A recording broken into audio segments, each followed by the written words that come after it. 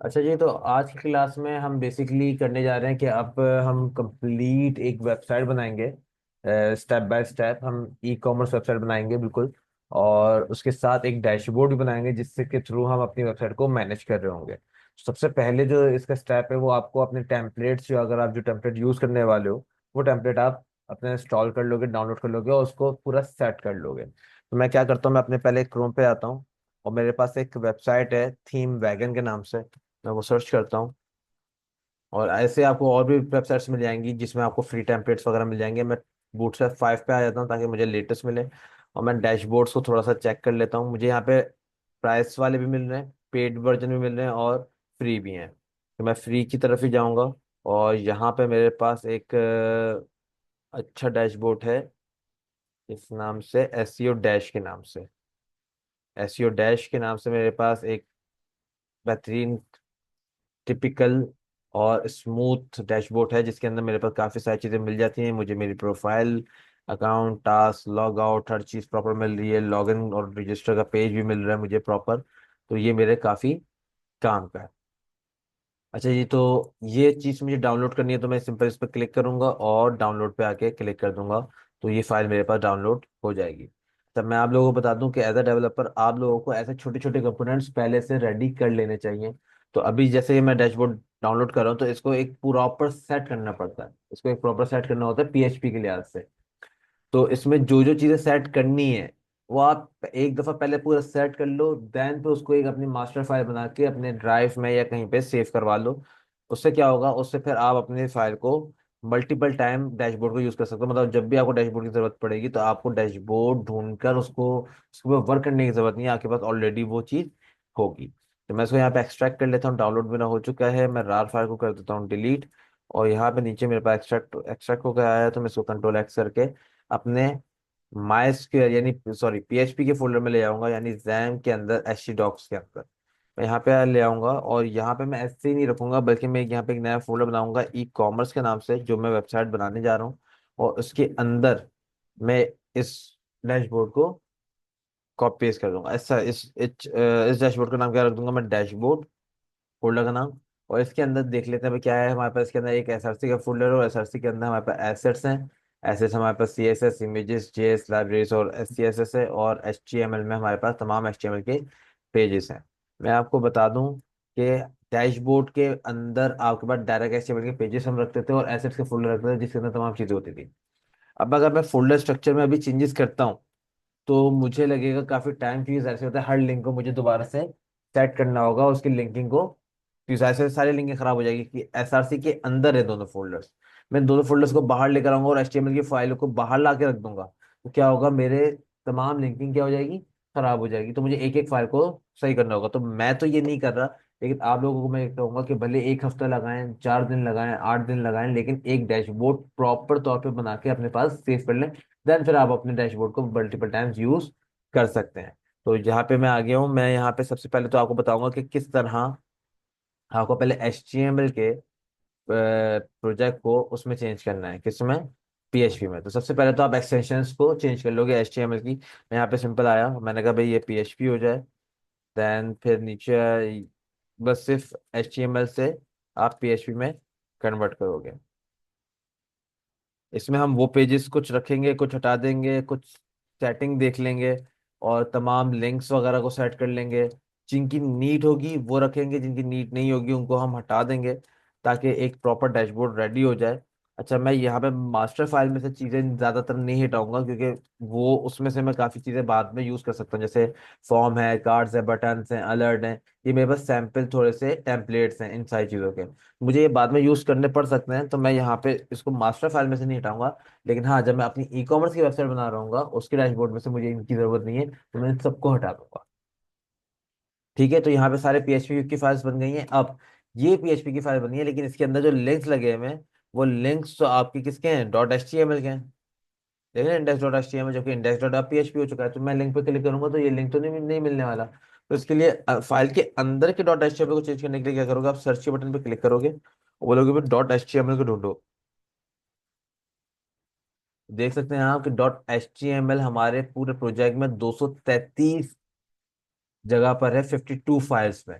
मैं बोलूंगा भाई जितनी भी जगह है मुझे नहीं पता, इन सबको डॉट पीएचपी कर दो, इन सबको क्या कर दो, डॉट पीएचपी कर दो। मैंने रिप्लेस ऑल पे क्लिक किया, वो बोला भाई 233 रिप्लेसमेंट होंगी, मैंने कहा हाँ हो जाए, तो देख सकते हैं कि सारी रिप्लेसमेंट हो चुकी है, हर जगह इंडेक्स डॉट पीएचपी आ गया है। तो यहाँ पे इस तरह मैंने अपने फाइल्स को सारा सेट कर दिया है। अच्छा, अब दूसरी चीज, मेरे पास यहाँ पे कुछ चीजें हैं, लाइक मेरे पास इंडेक्स डॉट पीएचपी जिसमें मेरा डैशबोर्ड है, और मेरे पास यहाँ पे लॉगिन और रजिस्टर के दो पेजेस हैं।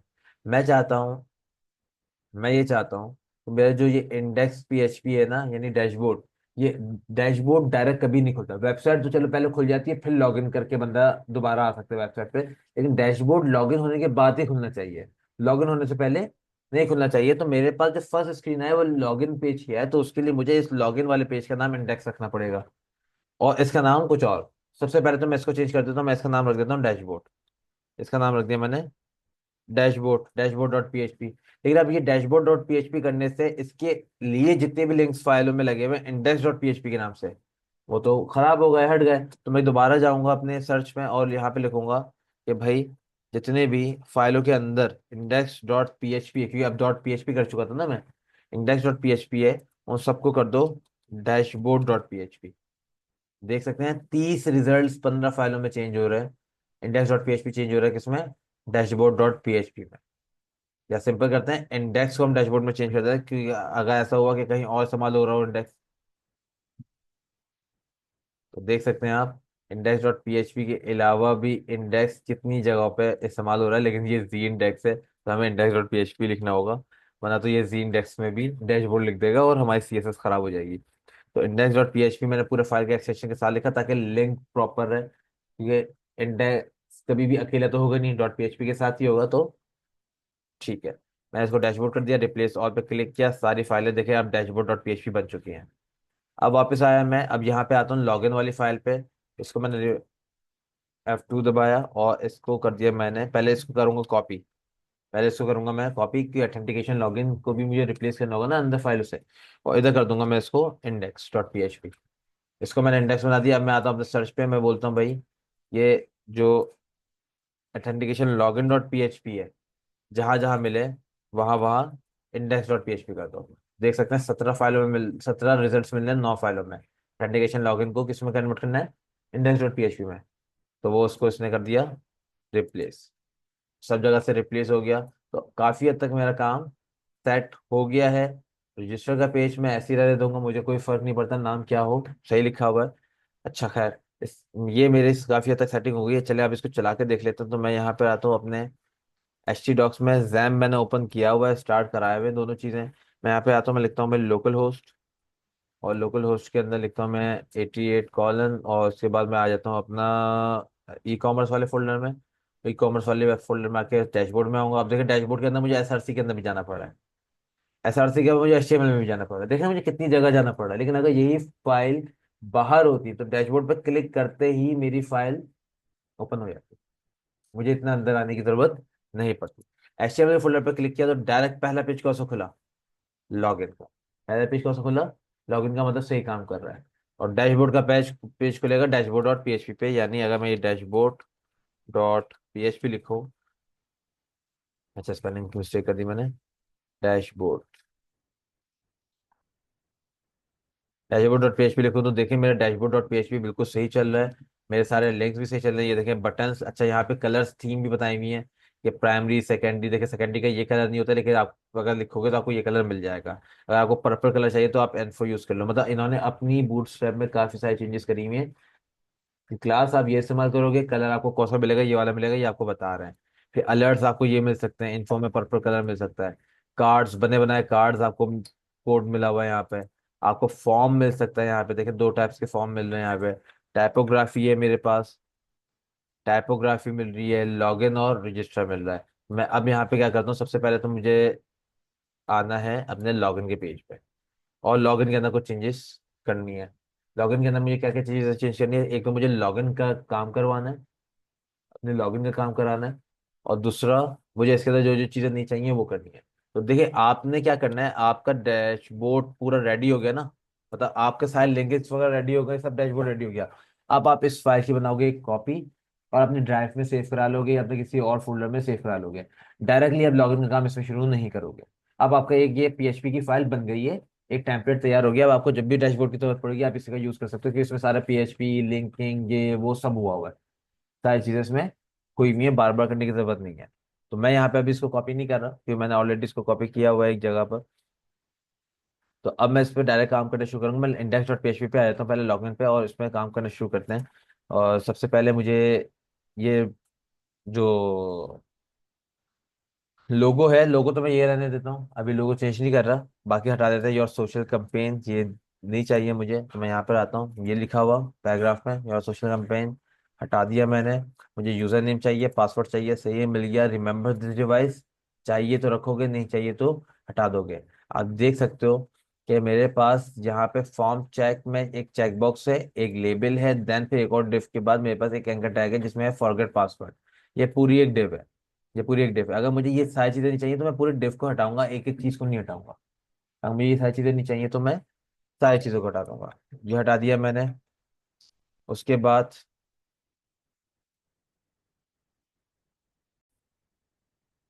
जो जो चीजें मुझे जरूरत है मैं वो रखूंगा, बाकी मैं हटा दूंगा। जैसे क्रिएट एन अकाउंट और न्यू टू डैश, ये मैं हटा दूंगा, क्योंकि जाहिर सी बात है एडमिन की यूजर आईडी और पासवर्ड एडमिन का एक ही दफा क्रिएट होगा। कोई बार बार आकर रजिस्टर नहीं करना चाहिए, बार बार आके खुद से रजिस्टर नहीं करना चाहिए। मैं एडमिन हूँ, मैं अपनी वेबसाइट पे चीजें डाल सकता हूँ, कोई और आके अपने आप को रजिस्टर करा के थोड़ी चीजें डालेगा उस वेबसाइट में। तो मैं इस चीज को भी, इस वाले डिस्क को भी हटा दूंगा। मैंने इस डिस्क को भी हटा दिया। यहाँ से चेक करते हैं हमारा फाइल किस तरह की बन गई है। मैं इसको रिफ्रेश करता हूँ, देख लें मेरे पास एक सिंपल लॉगिन आ गया जैसा मुझे चाहिए था। अच्छा, अब यहाँ पे आते हैं, मैं फॉर्म को देख रहा था, तो ये रहा मेरा फॉर्म, जिसके अंदर मेरे पास एक इनपुट फील्ड है ईमेल की, और दूसरी इनपुट फील्ड है पासवर्ड की। दो मेरे पास इनपुट फील्ड्स हैं। तीसरी मेरे पास एंकर का टैग है। अब एंकर का टैग तो कभी भी सबमिट नहीं करता, मुझे सबमिट करने के लिए चाहिए बटन। तो मैं ऊपर एक इनपुट फील्ड बनाता हूँ, इनपुट, और टाइप रखता हूँ उसकी submit. Input type submit, value रखते हैं इसका साइन इन, वैल्यू ये रखी साइन इन की। और मुझे ये सेम टू सेम बटन चाहिए जैसा ये नीचे बना, तो ये जो सिंपल क्लासेस है ना, ये यहाँ से कॉपी करूंगा और ऊपर भी यही क्लासेस लगा दूंगा। तो देख सकते हो यहाँ पे मैं रिफ्रेश करता हूँ तो सेम बटन आ गया मेरे पास। लेकिन अब ये एक इनपुट फील्ड है सबमिट की, और ये एक एंकर का टैग है जो कि मुझे रीडायरेक्ट करवा रहा था, फॉर्म सबमिट नहीं कर रहा था। लेकिन ये वाला बटन फॉर्म सबमिट करेगा। तो मैं क्या करूंगा, एंकर के टैग को हटा दूंगा, इसकी जरूरत नहीं है मुझे, मुझे तो सबमिट का फॉर्म चाहिए था। अब मुझे फॉर्म में से डेटा उठाना है, तो मुझे इसमें मेथड लगाना होगा। मेथड कौन सा मेरे पास लगाना होगा, मेथड मुझे पोस्ट का। मैंने पोस्ट का मेथड लगा लिया। अब मैं एक और फाइल बनाऊंगा, HTML के अंदर ही बना रहा हूँ, वरना तो आप बाहर बनाते। मैं इसके अंदर फाइल बनाऊंगा किसके नाम से, connection dot P connection dot P के नाम से मैंने फाइल बना ली। और मैं यहाँ पे सिंपल एक कनेक्शन स्ट्रिंग बनाऊंगा। कनेक्शन स्ट्रिंग बनाने के लिए मैं यहाँ पे चार अलग अलग वेरिएबल लेके एक प्रॉपर कनेक्शन बनाने वाला हूँ। मैं बोलूंगा भाई डॉलर होस्ट, मेरे पास होस्ट कौन है, तो यहाँ पे मेरे पास होस्ट आ जाएगा लोकल होस्ट, सही है। देन मेरे पास डॉलर यूजर नेम, इसका यूजर नेम क्या है, मैंने कहा भाई इसका यूजर नेम है रूट। देन मेरे पास पासवर्ड क्या है, तो भाई इसका पासवर्ड है मेरे पास खाली। और लास्ट में मेरे पास डेटाबेस का नाम क्या है, तो डेटाबेस का नाम मैं रखने वाला हूँ ई कॉमर्स। अब जाके ई कॉमर्स का एक डैश वो डेटाबेस भी बना लेते हैं ताकि मसला ना हो। मैं लिखता हूँ यहाँ पे local host, local host, host colon 88 PHP माई एडमिन। मेरे पास ये खुल गया। ई कॉमर्स के नाम से एक पहले से डैशबोर्ड बना हुआ आ रहा है। मैं क्या करता हूँ, मैं यही डैशबोर्ड को इस्तेमाल कर लेते हैं, या बल्कि नहीं, ये डैशबोर्ड को इस्तेमाल नहीं करते हैं। मैं इस डैशबोर्ड को कर देता हूँ ट्रंकेट, यानी मैं स्केल में आया और मैंने कहा भाई ट्रंकेट, नहीं ट्रंकेट टेबल को होता है, तो मैं ड्रॉप कर देता हूँ। मैं सिंपल आऊँगा अपने सर्वर पे, देन आऊँगा मैं अपने डेटाबेस पे, और डेटाबेस पे आने के बाद मैं ई कॉमर्स वाले डेटाबेस को कर दूंगा ड्रॉप। मेरा ई कॉमर्स ड्रॉप हो गया। अब मैं एक न्यू डेटाबेस बनाऊंगा, किस नाम से, ई कॉमर्स के नाम से ही। ई कॉमर्स के नाम से मैंने एक नया डेटाबेस बना लिया जिसको मैंने वहां पे करवा दिया। अब इसकी कनेक्शन स्ट्रिंग बनाऊंगा। कनेक्शन स्ट्रिंग अब मैं ऑब्जेक्ट क्यूरी की यूज करके बना रहा हूँ। मैं प्रोसीजरल मेथड से नहीं बना रहा, मैं ऑब्जेक्ट मेथड यूज कर रहा हूँ। तो उसके लिए आपको क्या करना है, dollar con equals to object बना रहे हैं, तो ऑब्जेक्ट बनाने के लिए आपके पास जो लगता है वो न्यू का कीवर्ड लगता है। मैंने न्यू का कीवर्ड लगाया, और इसके आगे लिखूंगा मैं माई एसक्यूएल। अच्छा, ये एरर क्यों आ रहा है, क्योंकि यहाँ पे मैं सेमीकोलन नहीं लगाया। माई एसक्यूएल, और माई एसक्यूएल के अंदर देखो मुझे ये चार चीजें मांग रहा है मुझसे, मेरे से मांगेगा ये dollar host, dollar host, then फिर मुझसे मांग रहा है, देखो यहाँ पे मुझे दिखा रहा है यूजर नेम, तो डॉलर यूजर नेम। फिर मुझसे मांग रहा है ये पासवर्ड, तो डॉलर पासवर्ड। और लास्ट में मुझसे क्या मांग रहा है, डेटाबेस, यानी डॉलर डीबी। मैं सारी चीजें दे दी। फिर मैंने इसमें बता दिया कि भाई इफ डॉलर कॉन अगर कनेक्ट एरर आए, डॉलर कॉन में अगर करेक्ट एरर आए तो क्या करे, तो भाई मेरे कनेक्शन को क्या कर दे, डाई डाई कर दे। और जो उसके अंदर लिखा हुआ है वो क्या लिखा हुआ है, कनेक्शन एरर। और जो एरर है वो प्रिंट करवाने के लिए मैं यहाँ पे सिंपल डॉट के साथ यही वाली चीज, dollar con arrow connect error round brackets, ये लिख दूंगा, ताकि मेरे पास ताकि मेरे पास ये चीज लिखी आ जाए। अच्छा, डॉलर कॉन कनेक्ट एरर, सही है।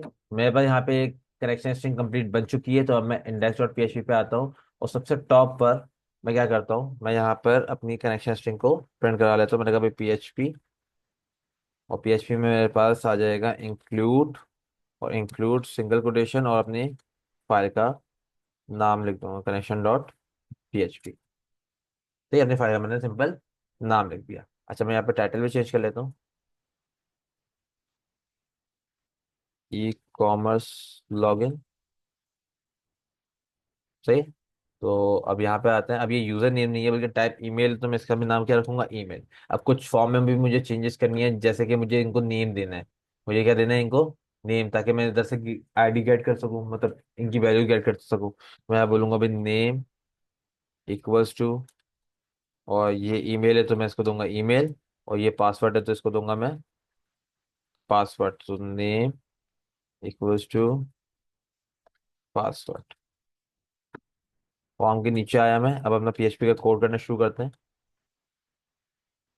पीएचपी के कोड में मैं सिंपल यहाँ पे सबसे पहले जो काम करने वाला हूँ वो अपना वेरिएबल्स बनाऊंगा अपने ईमेल को सेट करने के लिए और अपने पासवर्ड को सेट करने के लिए। लेकिन उससे भी पहले ये सब काम कब हो, जब मेरे बटन पे क्लिक हो जाए, तो मैं यहाँ पे बोलूंगा भाई if is set dollar underscore post square bracket. अच्छा, मैंने बटन को कोई नेम नहीं दिया, तो मैं यहाँ पे बटन को भी नेम दे दूंगा, मैं कभी नेम, और इसको रख देते सबमिट, सही है। तो यहाँ पे मैं बोलूंगा भाई जब मेरे सबमिट पे क्लिक हो, देन देन क्या करना है, ये दो वेरिएबल बनाओ, ईमेल का और dollar underscore post square brackets, और इसमें आ गया आपके पास ईमेल। देन फिर यही चीज़ आपकी पासवर्ड की भी बन जाएगी, मैंने कहा भाई ये पासवर्ड भी बन जाए, पासवर्ड,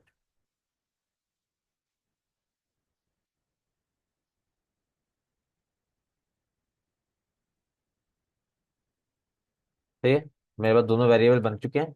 अब क्या करने वाला हूँ मैं, अब मैं अपनी क्यूरी बनाऊंगा। मैं अपनी अब क्यूरी बनाऊंगा, मैं लिखूंगा भाई डॉलर एसक्यूएल, और मेरे पास यहाँ पे क्यूरी क्या है, कि सबसे पहले तो मैं चेक कराऊंगा कि क्या मेरे पास ऐसा कोई यूजर नेम है, क्या मेरे पास कोई ऐसा यूजर नेम है। तो मैं उसको चेक कराने के लिए मैं क्या करूंगा, मैं बोलूंगा भाई सेलेक्ट स्टैटिक फ्रॉम टीबीएल एडमिन। ये वैसे एडमिन डैशबोर्ड है, तो इसका नाम, इस टेबल का क्या नाम बनाने वाला हूँ मैं, टीबीएल एडमिन। या टीबीएल आप यूजर बना दो ताकि आप बाकी भी काम इसी में कर सको। चलो टीबीएल एडमिन बना देते हैं अभी के लिए। TBL admin where where email where email equals to question, where email equals to question mark. मतलब आपको जो वैल्यू पास करवानी है ना, तो आप वो डायरेक्ट पास नहीं कराओ, आप उसको बोल दोगे क्वेश्चन मार्क। तो अभी मुझे यहाँ पे इसकी वैल्यू देनी है। अब वैल्यू देने से पहले मैं यहाँ पे क्या करूंगा, मैं यहाँ पे पहले अपनी कनेक्शन स्ट्रिंग को करूंगा प्रिपेयर, अपनी एसक्यूएल स्टेटमेंट करूंगा मैं प्रिपेयर तो मैं बोलूंगा भाई $STMT यानी स्टेटमेंट। मैं स्टेटमेंट का एक वेरिएबल बनाया मैंने। मैं बोलूंगा भाई $कौन, जो मेरा कनेक्शन स्ट्रिंग है वो प्रिपेयर करे, वो प्रिपेयर करे किसको, मेरी क्यूरी को। देखो यहाँ पे क्या मांग रहा है वो, क्यूरी मांग रहा है। और क्यूरी कहाँ है मेरी, SQL। सही है। इसने मेरी क्यूरी को प्रिपेयर कर लिया। अब सारी चीजें जो प्रिपरेशन होने के बाद कहाँ आ गई, HTMT में आ गई। अब मैं बोल रहा हूँ भाई जो मेरी क्यूरी प्रिपेयर हुई है उसके अंदर एक चीज की कमी है। किस चीज की, मैं बोल रहा हूँ भाई बाइंड पैरम से मैं उसको बताऊंगा कि मुझे यहाँ पे टाइप्स और वेरिएबल्स बता दें। मतलब यहाँ पे देखो मैंने एक चीज कम दी है ना, है मैंने उसको एक चीज नहीं दी जो कि मुझे पास करवानी है। और पास मैं कैसे कराऊंगा, मैं यहाँ से कराऊंगा। मुझे यहाँ पे फर्स्ट चीज जो बतानी है वो बताना है कि ये टाइप कौन सी है, जो चीज इसके अंदर पास हो रही है वो स्ट्रिंग टाइप है। मेरे पास टाइप कौन सी है, स्ट्रिंग है वो। और कॉमा लगा के मैं वो वेरिएबल पास कर दूंगा जिस वेरिएबल में वो चीज मौजूद है। बात समझ में आ रही है। जो चीज मुझे पास करानी है उसकी टाइप बताई मैंने, स्ट्रिंग है। और फिर जो चीज मुझे पास करवानी थी जिस वेरिएबल में वो थी वो वेरिएबल लिख दिया। अब ये वेरिएबल ऑटोमेटिकली पुट किस में हो जाएगा, इस क्वेश्चन मार्क की जगह पे पुट हो जाएगा। मतलब अब आप डायरेक्टली नहीं रख रहे हो, आप इनडायरेक्टली रख रहे हो, क्योंकि ये तरीका फिर आपको सिक्योर है। आप इस तरह अपनी PHP को क्या कर देते हो, सिक्योर कर देते हो बाइंड पैरम के थ्रू। बाइंड पैरम के थ्रू आप क्या कर देते हो, इसको सिक्योर कर देते हो। देन फिर आप करोगे भाई $STMT और इसको कर दोगे एग्जीक्यूट। इसको क्या कर दोगे, एग्जीक्यूट कर दोगे कि भाई ये जो क्यूरी है वो चल जाए। अब ये चलने के बाद कहीं सेव तो कराऊंगा ना मैं इसको, कहीं पे सेव कराऊंगा। तो मैं इसको सेव किस में कराता हूँ, $रिजल्ट में। $रिजल्ट में मैंने इसको क्या करा दिया, सेव करा दिया। अब इफ $रिजल्ट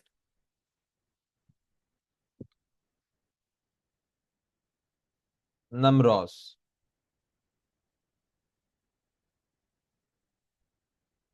नमरॉस ग्रेटर देन 0। क्योंकि हमें क्या चेक करना है, हमें चेक करना है कि किस, क्या जो रिजल्ट आ रहा है। तो हम यहाँ पर नम रॉस चेक करने वाले हैं, लेकिन नम रॉस चेक करने से पहले बेसिकली यहाँ पे क्या हो रहा है, यहाँ पे स्टेटमेंट एग्जीक्यूट हो रही है। तो यहाँ पे सिर्फ स्टेटमेंट एग्जीक्यूट हो रही है। मैं यहाँ पे एग्जीक्यूट करने के साथ साथ उसको रिजल्ट में नहीं रख सकता। मुझे उसको पहले एग्जीक्यूट कराना होगा। देन मुझे $रिजल्ट बना के उसके अंदर जो स्टेटमेंट है जो कि एग्जीक्यूट हो चुकी है, अब उसका क्या करना होगा, गेट रिजल्ट। अब मुझे करना होगा गेट रिजल्ट। गेट रिजल्ट का मेथड लगाने से अब क्या हुआ, जो भी चीज एग्जीक्यूट होके यहाँ पे वो सारा कहाँ चले गई, अब रिजल्ट में चले गई। नमरॉस एक मेथड है मेरा, तो मेरा नमरॉस। और आगे मैं उसको चेक कर लूंगा कि भाई क्या वो जीरो तो नहीं है। अगर वो जीरो नहीं है तो मेरा इफ के अंदर का काम हो, अदरवाइज मेरे इफ के अंदर का काम ना हो। तो मैं यहाँ पे चेक करूंगा कि अब सबसे पहले तो मैं इस रिजल्ट को, डॉलर रिजल्ट को मैं क्या करूंगा, फैच एजॉक में बंद कर लूंगा। क्या मतलब, जो रिजल्ट मेरा आया ना, जो रिजल्ट मेरा आया उसको मैं एक एरे में कन्वर्ट कर लूंगा। मैं इसको किस में कन्वर्ट कर लूंगा, एक एरे में। और एरे में कन्वर्ट करने के बाद मैं इसको किसी एक वेरिएबल में रख दूंगा, यानी $रॉ के। अब इसके अंदर के तमाम कॉलम्स को मैं बारी बारी गेट कर सकता हूँ आराम से। इस तरह मैं अब इस जो डेटा आया है मेरे पास MySQL से, जो इसकी वजह से आया, सेलेक्ट स्टाइल की वजह से आया है, उसको मैं कॉलम्स बाय कॉलम्स गेट कर सकता हूँ $रॉ के थ्रू। कि सारा डेटा $रॉ में आ गया। अब मैं चेक करूंगा कि भाई क्या, इफ इफ जो मेरा पासवर्ड है, जो मेरा पासवर्ड है जो यहां से फॉर्म से आ रहा है, वो ट्रिपल इक्वल्स टू इसके, जो मेरे इसी रो के पासवर्ड वाले कॉलम में, जो मेरे इसी रो के, जो रो से मैं इसमें आया हूं, उसी रो के पासवर्ड वाले कॉलम में जो पासवर्ड है वो क्या, वही पासवर्ड है जो यूजर ने भी डाला है। ये दोनों के पासवर्ड सेम है। अगर सेम है, इफ अगर सेम है तो वो क्या करे, सबसे पहले तो करे सेशन स्टार्ट। मैं सेशन स्टार्ट वैसे यहाँ भी करा सकता हूँ और सबसे टॉप पे भी करा सकता हूँ। तो मैं सबसे टॉप पे करा देता हूँ। मैं यहाँ पर आया, मुझे यहाँ पे सेमी कॉलन लगाना होगा और फिर यहाँ पे आके बोलूंगा भाई सेशन स्टार्ट। और सेशन स्टार्ट करने के बाद मैं वापस नीचे आऊंगा। और यहाँ पे आके बोलूंगा भाई मेरे पास $_सेशन, और सेशन के अंदर मेरे पास यहाँ पर एक की सेव कर दो, नेम की। नेम सेव करा देता हूँ, यानी बंदे का जो नाम है वो नाम सेव करा देता हूँ लॉगिन कराते वक्त। और इक्वल्स टू, और वो नाम कहाँ मिलेगा मुझे, वो $रॉ के नेम कॉलम में मिलेगा। $रॉ के नेम कॉलम में मिलेगा मुझे ये नाम। अच्छा भाई, नाम तो मैंने सेव करा लिया। अब क्या करना है, नाम सेव कराने के बाद मुझे यहाँ पे अब करना है कि मुझे ये डैशबोर्ड पे ले जाए। मुझे ये डैशबोर्ड पे ले जाए, तो मैं यहाँ पे हेडर लगाऊंगा। Header, inverted comma, location, colon, और अपने फाइल का नाम जिस फाइल में मुझे जाना है, यानी dashboard.php। चला गया मैं, सेमी कॉलन। जब मैं ये दोनों चीजें कंप्लीट कर लूंगा तो मैं यहाँ पे क्या लिखूंगा, मैं यहाँ पे लिखूंगा एग्जिट। कि भाई जब मेरा सारा काम हो जाए तो यहाँ से क्या कर लो, एग्जिट कर दो, और बस खत्म। अब मेरा ये एक एफ है, ये वाला। अगर ये ना चले तो एल्स में क्या चलाना है, ये भी तो बताऊंगा मैं। अगर ये ना चले तो एल्स में क्या चलाना है, तो मैं यहाँ पे सिंपल एक काम करूंगा, मैं एको चला दूंगा। और एको में मैं इन्वर्टेड कॉमा, और इसके ऊपर मैं इसके अंदर एक स्क्रिप्ट चलाऊंगा मैं। स्क्रिप्ट ओपन, स्क्रिप्ट क्लोज, और उसके अंदर एक अलर्ट लगा देंगे हम, अलर्ट। और ये जाहिर सी बात है, ये वाला एल्स कब चलेगा, जब पासवर्ड इनकरेक्ट होगा। अभी जो मैं चला रहा हूँ, नहीं, ये वाला तो यूजर नेम इनकरेक्ट होने पर है। मैं यहाँ पे लिख देता हूँ, यूजर या admin not exist, admin not exist. अच्छा, यहाँ पे मैंने ये चीज कर दी। अच्छा, यही एको, यही एल्स मुझे एक और चाहिए इस वाले if के लिए, जिसमें मेरा पासवर्ड डल रहा है। जिसमें मेरा पासवर्ड डल रहा है, तो मैं उसमें यहाँ पे बोलूंगा भाई पासवर्ड इनवैलिड, इनवैलिड पासवर्ड या इनकरेक्ट पासवर्ड, इनकरेक्ट पासवर्ड। तो आप देख सकते हैं कि यहाँ पे सबसे पहले मैंने एक यूजर को चेक कराया। अगर वो यूजर मिल जाता है तो मैं पासवर्ड को चेक करा रहा हूँ, अगर नहीं मिलता तो डायरेक्ट पहले आ जाएगा एडमिन नॉट एग्जिस्ट। बात समझ में आ रही है? तो इस तरह पूरा एक काम हो रहा है, पूरा एक सिनेरियो हो रहा है। जब ये सारा काम हो जाए एंड में, जब ये सारा काम हो जाएगा तो मैं क्या बोलूंगा भाई, जो $STMT जो मेरा काम चल रहा है जिसमें सारा, वो क्या हो जाए, वो हो जाए मेरी क्लोज। मेरा HTMT क्या हो जाए, क्लोज। ताकि मेरे जो स्टेटमेंट ओपन हुई है वो मैंने स्टेटमेंट साथ ही साथ क्या कर दी, क्लोज भी कर दी। अब जरा चला के देख लेते हैं, लेकिन चलाने से पहले मुझे TBL एडमिन चाहिए, और TBL एडमिन के अंदर कोई ना कोई डेटा स्टोर्ड भी चाहिए। तो मैं आता हूँ अपने डेटाबेस के पास और एक कॉलम टेबल बना देता हूँ TBL एडमिन के नाम से। कॉलम रख लेते हैं भाई, आईडी होगा हमारे पास, नेम होगा, ईमेल, पासवर्ड। चार कॉलम का भी बना लेते हैं सिंपल। मैं यहाँ पे क्रिएट पे क्लिक करता हूँ। मैंने क्रिएट पे क्लिक किया, मैंने कहा भाई यहाँ पे मेरे पास होगी आईडी, इंटीजर होगी, ये मेरी ऑटो इंक्रीमेंट भी होगी, तो प्राइमरी की ऑटोमेटिक लग गई। मैंने कहा भाई एक नेम का वर्क वो है, एक है मेरे पास ईमेल, और एक है मेरे पास पासवर्ड। एक है ईमेल, एक है पासवर्ड। मैं यहाँ पे बोलता हूँ भाई इसकी लेंथ तो मुझे बताने की जरूरत नहीं है, इसकी लेंथ मुझे बतानी होगी, वारचार करके 50 रख लेते हैं। इसकी भी लेंथ वारचार करके 50 रख लेते हैं, और इसकी भी लेंथ वारचार करके 50 रख लेते हैं। अदरवाइज मुझे और कुछ करने की जरूरत नहीं है। हाँ, मैं ईमेल में यूनिक की अगर चाहूँ तो लगा सकता हूँ। मैं यहाँ पे ईमेल है ना, ईमेल पे आया इंडेक्स पे, और यहाँ पे आके यूनिक की लगा दी मैंने। वो बोला भाई इसका कोई नेम, मैंने कहा भाई ईमेल ही रख दो नाम, ईमेल। गो पे क्लिक कर दिया मैंने, तो ये यूनिक की लग गई है। ईमेल के नाम से सेव पे क्लिक करता हूँ तो मेरा डेटाबेस बन, वो टेबल बन के आ गया है। अब इसके अंदर एक डेटा स्टोर कर लेते हैं। मैं एसक्यूएल में आया, मैंने कहा भाई इंसर्ट इनटू TBL एडमिन, और इसके अंदर मेरे पास यहाँ पे मुझे बताना पड़ेगा कॉलम्स के नाम, यानी नेम, ईमेल, और पासवर्ड। वैल्यूज में गए, वैल्यूज में मैंने बता दिया भाई मेरे पास एक नाम है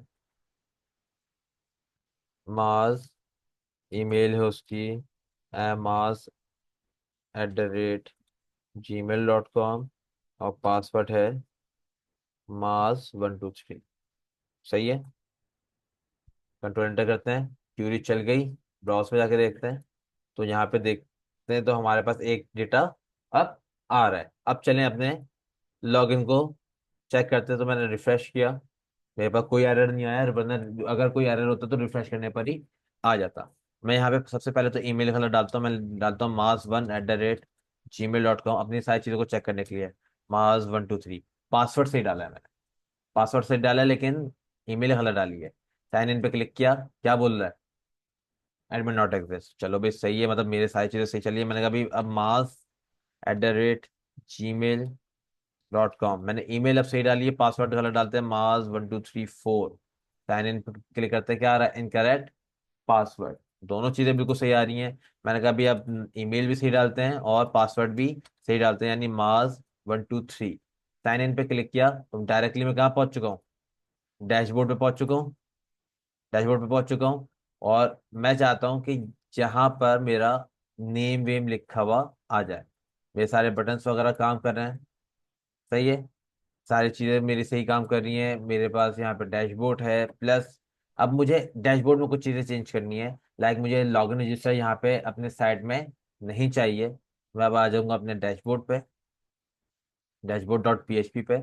और यहाँ पे आने के बाद मैं ये जो मेरा साइड मैप है, ये मेरा जो साइड मेन्यू है, ये साइड बार चल रहा है मेरा सारा। तो साइड बार में से मैं अपने कुछ चीज़ें हटा दूंगा। लाइक जैसे ये मेरा जो एल आई के अंदर ओथ दिया हुआ है, फिर एल आई के अंदर मेरे पास लॉगिन है, फिर एल आई के अंदर मेरे पास पासवर्ड है, तो ये तीनों एल आई मैं यहाँ से क्या कर दूंगा? हटा दूंगा। हटा दिया, रिफ्रेश करते हैं तो देखिए मेरे पास एल आई जा चुके हैं, सही है। अब मेरे पास मुझे जो जो चीज़ों की जरूरत नहीं है हटा दूंगा। जैसे मुझे टाइपोग्राफी नहीं चाहिए, तो मैंने यहाँ पे टाइपोग्राफी वाला भी एल आई हटा दिया। मुझे फॉर्म की जरूरत पड़ सकती है आगे। कार्ड मुझे नहीं चाहिए, मैंने हटा दिया। मुझे अलर्ट्स का कोड का भी जरूरत पड़ सकता है। बटन्स मुझे पता है कौन कौन से कलर के हैं, तो मैंने बटन्स भी यहाँ से हटा दिया। यूआई कंपोनेंट हमारे पास क्या क्या दे रहा है ये देख लेते हैं। अच्छा, ये यूआई कंपोनेंट, ये हेडिंग है, तो हेडिंग तो रहने देते हैं। और डैशबोर्ड की एक हेडिंग डली हुई है, तो डैशबोर्ड एक हेडिंग रहने देते हैं। रिफ्रेश करते हैं, ये आ गया मेरे पास। ये मेरा आ रहा है एक सैम्पल पेज। अच्छा, इसके नीचे अपग्रेड टू पे आ रहा है, तो मैं यहाँ पे अपग्रेड टू जो है मेरा एक्स्ट्रा, वो मैं हटा देता हूँ। ये रहा वो डिफ जो कि वो अपग्रेड टू का ऑप्शन लेकर आ रहा है। मैं यहाँ पर आया, मैंने इसको भी यहाँ से हटा दिया। रिफ्रेश करते हैं तो अब देखिए मेरा डैशबोर्ड वो तैयार है। ये मेरा हेडर सेक्शन है, ना मुझे चेक प्रो वर्जन चाहिए, ना ये डाउनलोड फ्री चाहिए। तो मैं यहाँ पर आता हूँ अपने हेडर पे। ये मेरा हेडर एंड, ये हेडर एंड हो गया। ट्रैफिक ओवरव्यू, माय अकाउंट, ये रहा। ये वो मेरे बटन्स आ गए जो कि चेक प्रो वर्जन और डाउनलोड फ्री वाले हैं। मैं यहाँ पे इसको भी हटा देता हूँ और इसको भी हटा देता हूँ। चेक करते हैं, देख रहे हैं कस्टमाइज होते आ रहा है। मुझे बेल आइकन नहीं चाहिए, मैं ये बेल आइकन को भी हटा दूंगा यहाँ से। बेल आइकन कहाँ है भाई मेरा? ये रहा। नहीं, ये यूजर की है, ड्रॉप डाउन है ये। बेल आइकन मेरे पास ये है शायद।